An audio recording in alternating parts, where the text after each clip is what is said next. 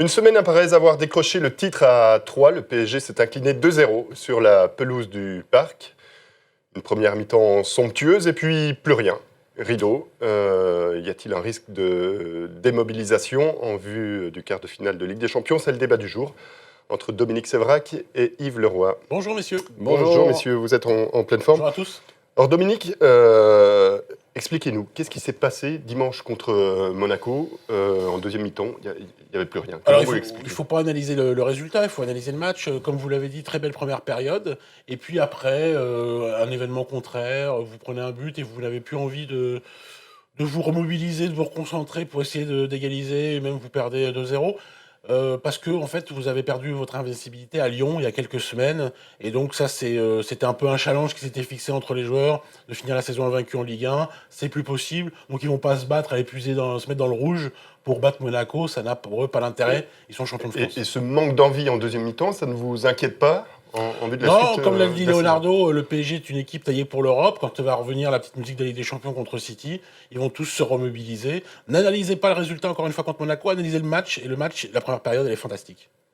Yves? Je suis pas tout à fait d'accord parce que cette contre-performance est un petit peu dans la lignée d'une dynamique qui est moins bonne, de prestations moins intéressantes. Et j'ai du mal à penser que pour des matchs aussi serrés et aussi importants que la Ligue des Champions, on puisse d'un claquement de doigts tout de suite retrouver son meilleur niveau, celui qui était celui du PSG en fin d'année 2015 par exemple.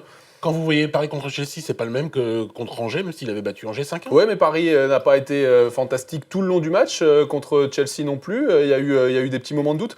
Je pense que la victoire appelle la victoire. Bon, c'est souvent une formule de footeux, mais on prépare pas un match de Ligue des Champions comme ça. On prépare pas des quarts de finale et éventuellement des demi-finales, puisque le tirage est quand même assez favorable à Paris. On prépare pas ça en baissant les bras sur des mi-temps comme ça, en étant un petit peu moins investi à l'entraînement, en étant un peu plus intéressé par ce qui se passe sur terre. Les entraînements, on les voit pas parce qu'on n'est pas conviés au camp des loges. C'est vrai. Vous oubliez que la semaine d'avant, ils en avaient juste mis 9 à 3. Donc encore une fois, je pense que vous êtes vraiment focalisé sur Monaco.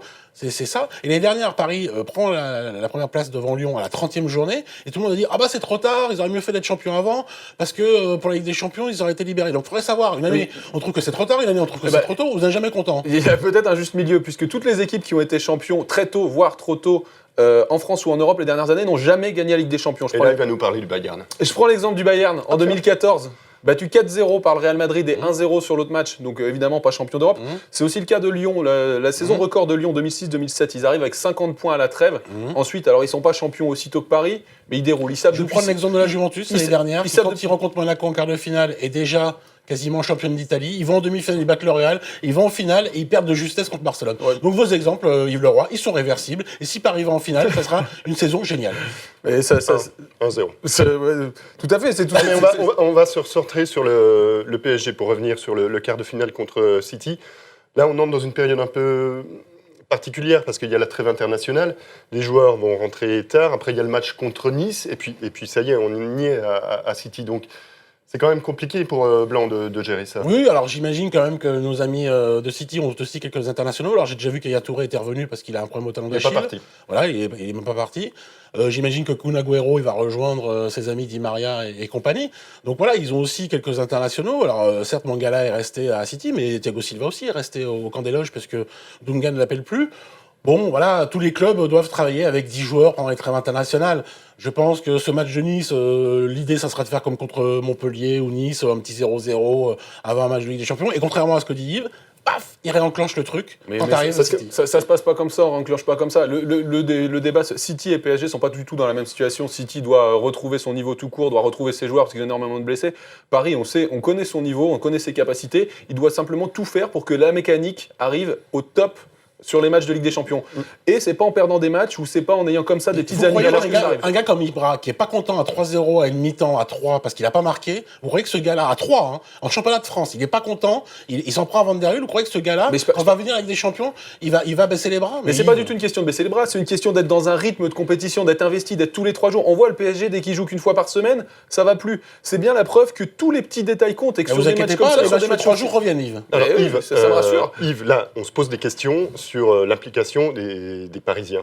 Que dire de City qui joue gros en championnat Et on l'a vu lors du derby contre United, ils n'ont pas existé. Là, si on se pose des Ça, questions c'est un sur problème de Paris... niveau, Laurent. Ça, c'est plus un problème d'implication, c'est un problème de niveau, là. Ah ouais, United, ils étaient engagés dans le match. Oui, c'est vrai. C'est Alors vrai. que City, Moi- il n'y avait moi, rien. je vois quoi. pas ça Si comme on se un pose problème des de questions niveau. sur Oui, c'est Paris, Attention, sur je City, attention, il y avait je- rien. vous avez raison. Attention, je suis pas en train de vous dire que Paris va être éliminé par Manchester City. Je vous ai dit l'inverse mais il y a la semaine intérêt, dernière. Je suis en train de dire que pour gagner la Ligue des Champions, parce que c'est l'objectif du PSG, on peut pas se permettre Non. d'être trop facile en Vous n'écoutez championnat, pas, même vous si on est n'écoutez pas déjà parce que champion. vous êtes un jeune dans la vie.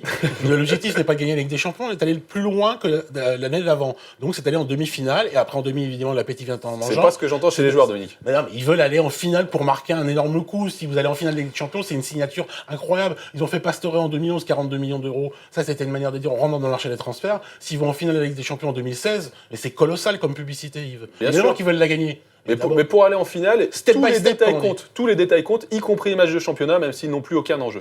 Très bien, messieurs, on va s'arrêter là. Je vous remercie.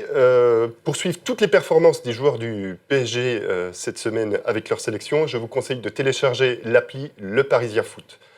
Très bonne semaine à tous.